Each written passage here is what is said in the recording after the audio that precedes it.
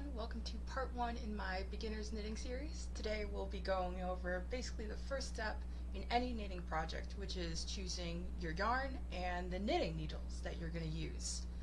There's really two basic methods for going about this. The first method is essentially total anarchy. You choose a yarn because you like the way it looks or you like the way it feels, and you choose your needles for practically the same reasons. You like the way they feel in your hands.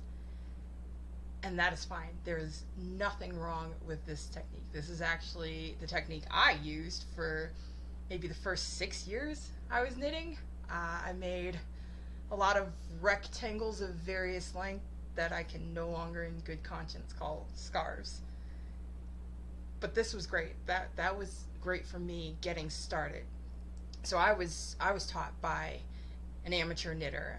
I'm still an amateur knitter, really. I'm essentially self-taught.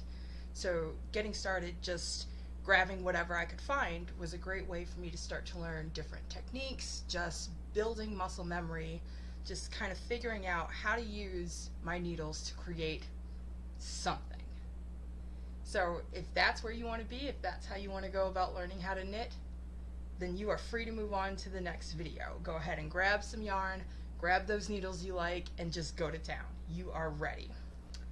But if you want to go the more formal route, there's actually a standard recommendation between the yarn you want to use and the size needles you should use with that yarn. So now I want to talk to you guys about yarn weight. So yarn comes in 8 standard weights, which are numbered 0 to 7 because reasons.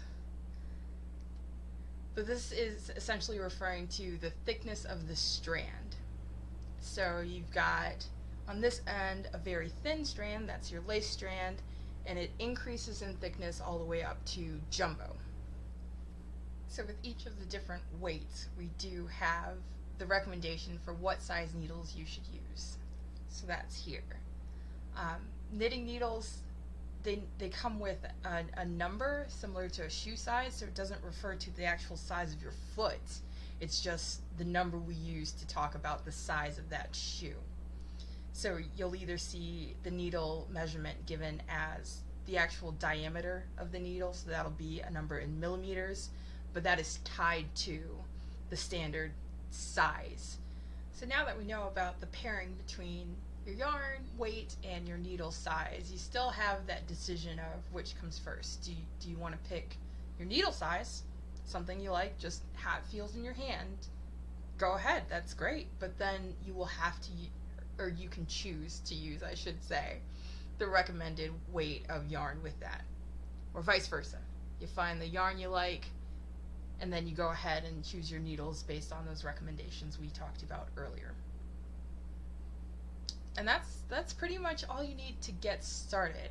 I'm going to go into a little more detail about choosing your needles and choosing your yarn in a later video, but really those are the essentials. Those are the basics for you to head out to the yarn store or even go online, especially during the pandemic, and say, I want this weight yarn, I want this size needles, I'm ready to go. So for the next video, we'll be talking about what comes next. Now that you have what you need, your tools to get started, we're gonna cast on. So join me next time and we will learn a few methods for casting on for beginners.